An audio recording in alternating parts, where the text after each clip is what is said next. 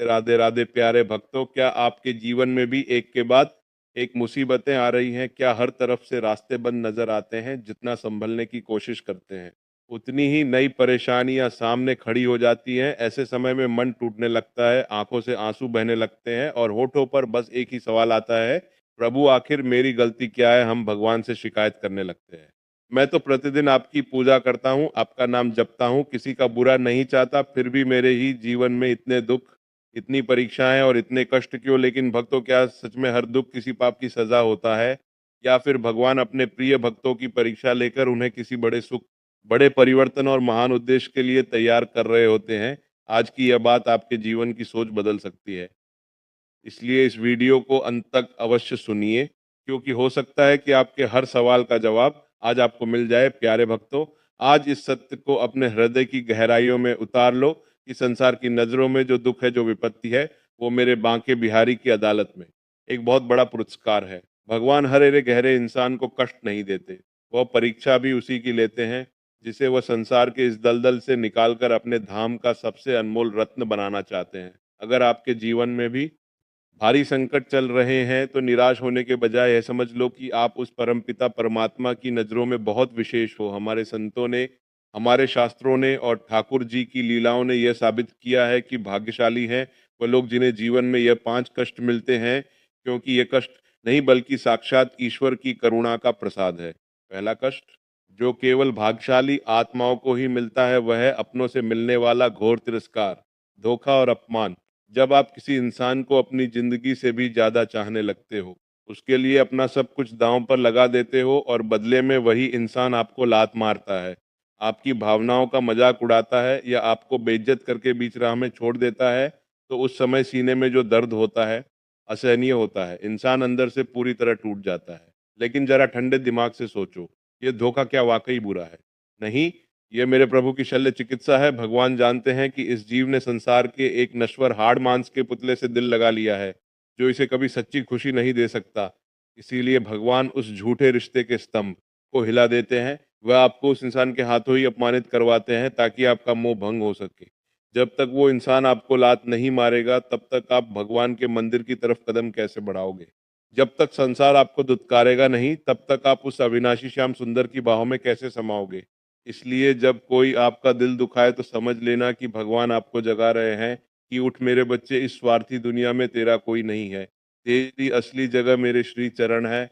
दूसरा कष्ट जो ईश्वर के प्रियजनों को मिलता है, वह है ईमानदारी और धर्म के मार्ग पर चलने के बाद भी बार बार असफलता का मिलना और आर्थिक तंगी से गिर जाना। कई बार ऐसा होता है कि एक दुष्ट इंसान जो झूठ बोलता है, बेईमानी करता है, वो बड़ी गाड़ियों में घूम रहा होता है, ऐशो आराम की जिंदगी जी रहा होता है, और दूसरी तरफ एक सच्चा भक्त जो किसी का बुरा नहीं सोचता, निरंतर नाम जप करता है, वो पाई पाई के लिए मोहताज हो जाता है। उसके काम बनते बनते बिगड़ जाते हैं। दुनिया कहती है कि देखो ये कितना बड़ा भगत बनता था, आज दानने को तरस रहा है। मेरे भाई मेरी बहन, यह दरिद्रता या यह असफलता भगवान की सजा नहीं है, बल्कि आपके भीतर के सबसे भयंकर राक्षस को मारने की दवा है। धन और सफलता इंसान के दिमाग में ऐसा नशा पैदा कर देती कि वह खुद को ही भगवान समझने लगता है, वह दूसरों को कीड़ा मकोड़ा समझने लगता है। भगवान अपने भक्त को इस विनाशकारी घमंड से बचाना चाहते हैं। वो उसे गरीब रख सकते हैं, लेकिन उसे कभी अपने से दूर नहीं होने देते। सुदामा जी के पास पहनने को कपड़े नहीं थे, रहने को झोपड़ी नहीं थी, लेकिन उनके पास जो धन था वह त्रिलोकी के राजा के पास भी नहीं था, और वह धन था कृष्ण की अटूट भक्ति। जब आपके पास धन नहीं होता तो आपका अहंकार शून्य हो जाता है, आप विनम्र हो जाते हैं, और उस दीनता में जब आप पुकारते हैं तो साक्षात द्वारिकाधीश को नंगे पैर दौड़कर आना पड़ता है।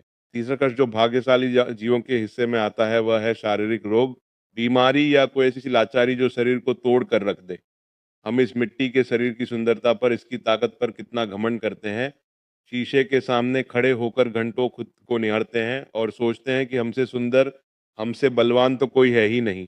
हम भूल जाते हैं कि यह शरीर एक न एक दिन बूढ़ा होगा, बीमारियों का घर बनेगा और अंत में श्मशान की आग में जलकर राख हो जाएगा। जब भगवान अपने किसी भक्त पर विशेष कृपा करते हैं तो वह उसे कोई ऐसा शारीरिक कष्ट दे देते हैं जिससे उसका देह अभिमान पूरी तरह नष्ट हो जाता है। जब इंसान अस्पताल के बिस्तर पर पड़ा होता है, जब उसे समझ आता है कि उसकी करोड़ों की दौलत, उसके ऊंचे पद और उसके सगे संबंधी भी उसकी इस शारीरिक पीड़ा को एक सेकंड के लिए भी कम नहीं कर सकते, तब उसकी आंखें खुलती हैं। उसे समझ आता है कि मैं ये शरीर नहीं हूँ, मैं तो एक आत्मा हूँ और मेरा असली मालिक वह ईश्वर है।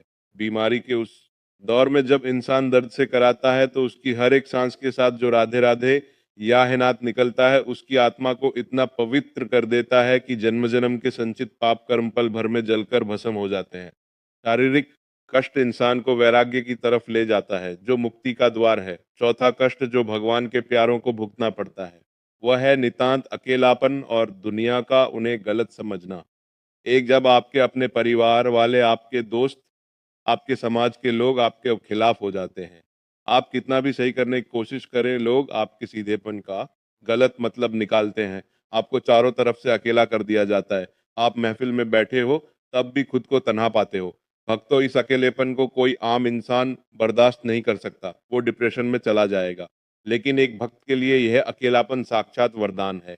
भगवान आपको दुनिया की इस व्यर्थ की बकवास, राजनीति, ईर्ष्या और चुगली से दूर करना चाहते हैं। वे आपको एकांत देना चाहते हैं ताकि आप उनके साथ समय बिता सके। जब तक आपके आसपास लोगों का मेला रहेगा, आप कभी अंतर्मुखी नहीं हो पाएंगे। आप हमेशा दूसरों को खुश करने में, दूसरों की बात सुनने में अपना कीमती समय बर्बाद करते रहेंगे। इसलिए भगवान आपके चारों तरफ एक ऐसी अदृश्य दीवार खड़ी कर देते हैं कि दुनिया आपसे अपने आप दूर हो जाती है। इस एकांत में जब आप बैठते हैं, अपने कमरों को बंद करके आंसुओं से अपने ठाकुर जी के चरणों को धोते हैं, तब जो आनंद प्रकट होता है, उसकी तुलना ब्रह्मांड के किसी सुख से नहीं की जा सकती। इसी अकेलेपन में तो मीराबाई ने गिरधर को पाया था। इसी अकेलेपन में संतों ने परमात्मा का साक्षात्कार किया था। पांचवा और सबसे आखिरी कष्ट, जो सबसे गहरा और सबसे मीठा कष्ट है, वह है मन की व्याकुलता, भीतर की छटपटाहट और ईश्वर के लिए विरह की अग्नि में जलना।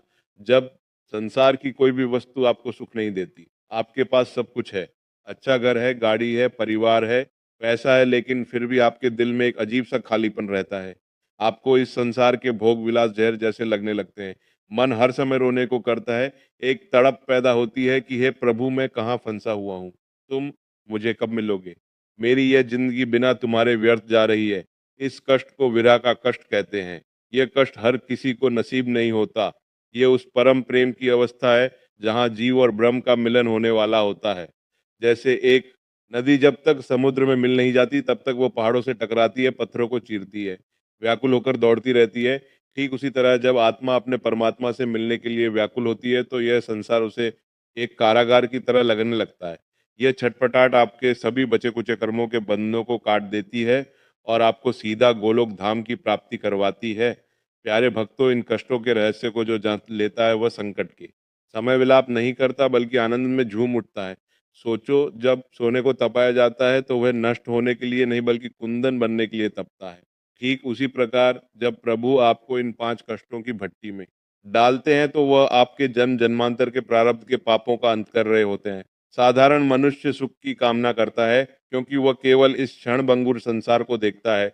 लेकिन एक सच्चा भक्त जानता है कि अनुकूलता यानी सुख इंसान को प्रमाद में डाल देता है, भगवान से दूर कर देता है, जबकि प्रतिकूलता यानी दुख इंसान को हर पल ईश्वर की शरण में रखता है। जब जीवन में हर तरफ अंधेरा हो, जब कोई सहारा ना बचे, तब समझ लेना कि अब साक्षात कन्हैया का प्रकाश आपके जीवन में उतरने वाला है। इन कष्टों को अपनी प्रगति का साधन बनाओ, इनसे भागो मत, बल्कि ठाकुर जी की मर्जी मानकर इन्हें सहज स्वीकार कर लो। इसलिए मेरे प्यारे भक्तों, जीवन में जब भी इन 5 कष्टों में से कोई भी कष्ट आपके सामने आए, तो हिम्मत मत हारना, घबराना मत और कभी उस सांवरिया पर से अपना विश्वास मत उठने देना। एक छोटा बच्चा जब डॉक्टर के पास जाता है और डॉक्टर उसे सुई लगाता है, तो बच्चा अपनी माँ को कसकर पकड़ लेता है। वह रोता है, लेकिन माँ डॉक्टर को मना नहीं करती। क्यों?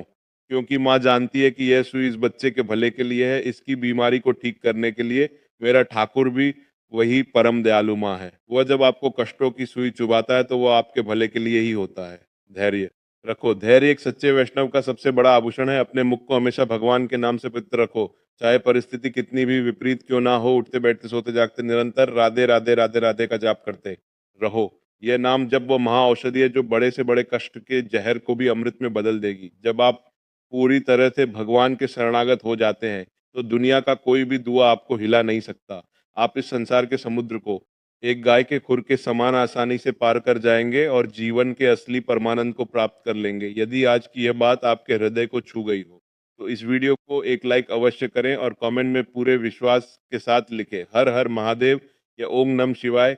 अगर आप भी भगवान शिव और सनातन धर्म से जुड़ी ऐसी ही प्रेरणादायक और ज्ञानवर्धक बातें सबसे पहले सुनना चाहते हैं, तो हमारे चैनल को सब्सक्राइब करके बेल आइकन ज़रूर दबा दें ताकि हमारी हर नई वीडियो सबसे पहले आप तक पहुंचे। इस वीडियो को अपने परिवार मित्रों और उन सभी लोगों के साथ भी साझा करें जो इस समय जीवन की कठिनाइयों से गुजर रहे हैं। हो सकता है आपके एक शेयर से किसी के जीवन में फिर से उम्मीद और भगवान पर विश्वास जाग जाए। हर हर महादेव, राधे राधे।